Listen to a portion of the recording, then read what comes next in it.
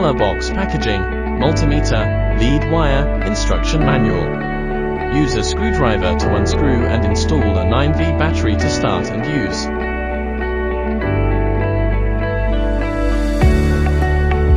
Turn the function pack to the AC voltage range. Insert the probe into the socket to measure the current AC voltage value. Hold-press this button to keep the data on the screen for easy recording. Set the functional range switch to the position, ensuring that the transistor is of PNP or NPN type. Measure the voltage of the battery through current, with a current of not less than 30 mA. Connect the probe in series at both ends of the dot line to measure DC current. Switch the diode gear and accurately distinguish between positive and negative poles to measure the value. The crossed pens and the beep sound indicate that the circuit is connected, no sound is damaged. Adjust the multimeter to the resistance range to measure the resistance value.